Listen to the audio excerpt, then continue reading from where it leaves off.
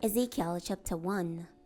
In the 13th year, on the 50th day of the 4th month, while I was among the exiles at the Kiba River, the heavens opened and I saw a divine vision. On the 50th day of the month, it was the 50th year of King Jehoiachin's exile. The word of the Lord came to the priest Ezekiel, the son of Buzi, at the Kiba River in the land of the Babylonians. The hand of the Lord came on him there. As I watched, I noticed a windstorm coming from the north, an enormous cloud with lightning flashing, such that bright light rimmed it and came from it like glowing amber from the middle of the fire. In the fire were what looked like 4 living beings. In their appearance they had human form, but each had 4 faces and 4 wings. Their legs were straight, but the soles of their feet were like calves' feet. They gleamed like polished bronze.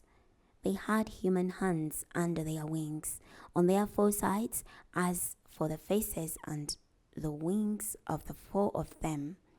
Their wings touched each other. They did not turn as they moved, but went straight ahead. Their faces had their appearance. Each of the 4 had the face of a man, with the face of a lion on the right, and the face of an ox on the left, and also the face of an eagle. Their wings were spread out above them. Each had 2 wings touching the wings of one of the other being on either side, and 2 wings covering their bodies. Each moved straight ahead. Wherever the Spirit would go, they would go, without turning as they went. In the middle of the living beings was something like burning coals of fire, or like torches. It moved back and forth among the living beings. It was bright, and lightning was flashing out of the fire. The living beings moved backward and forward as quickly as flashes of lightning. Then I looked, and I saw 1 wheel on the ground beside each of the 4 beings. The appearance of the wheels and their construction was like gleaming jasper, and all 4 wheels looked alike. Their structure was like a wheel within a wheel. When they moved, they would go in any of the 4 directions they faced without turning as they moved. Their rims were high and awesome, and the rims of all 4 wheels were full of eyes all around.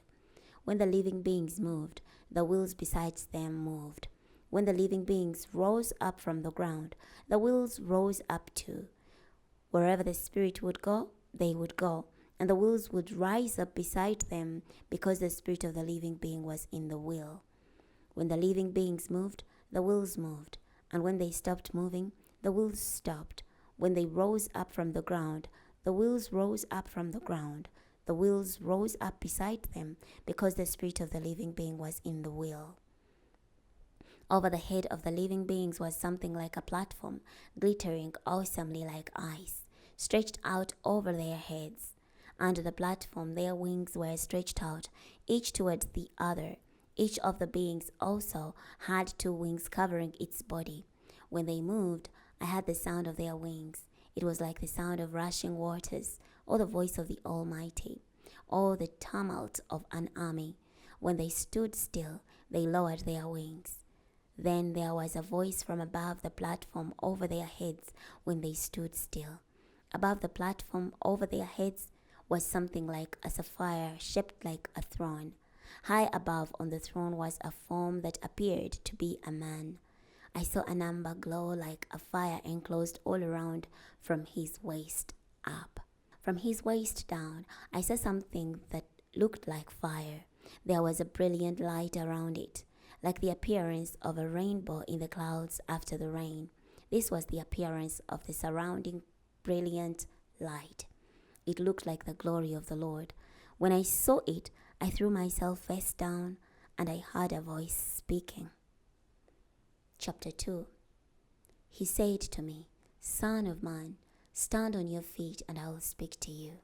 As he spoke to me, a wind came into me and stood me on my feet, and I heard the one speaking to me. He said to me, "Son of man, I'm sending you to the house of Israel, to rebellious nations who have rebelled against me. Both they and their fathers have revolted against me to this very day.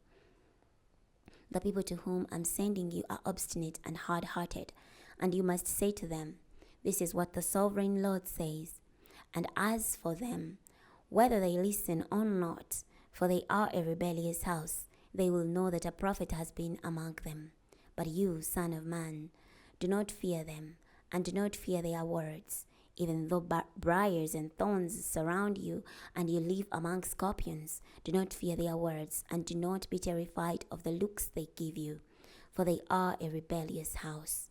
You must speak my words to them, whether they listen or not, for they are rebellious. As for you, son of man, listen to what I'm saying to you. Do not rebel like that rebellious house. Open your mouth and eat what I'm giving you." Then I looked and realized a hand was stretched out to me, and in it was a written scroll. He unrolled it before me, and it had writing on the front and back. Written on it were laments, mourning, and woe. We're stopping here today.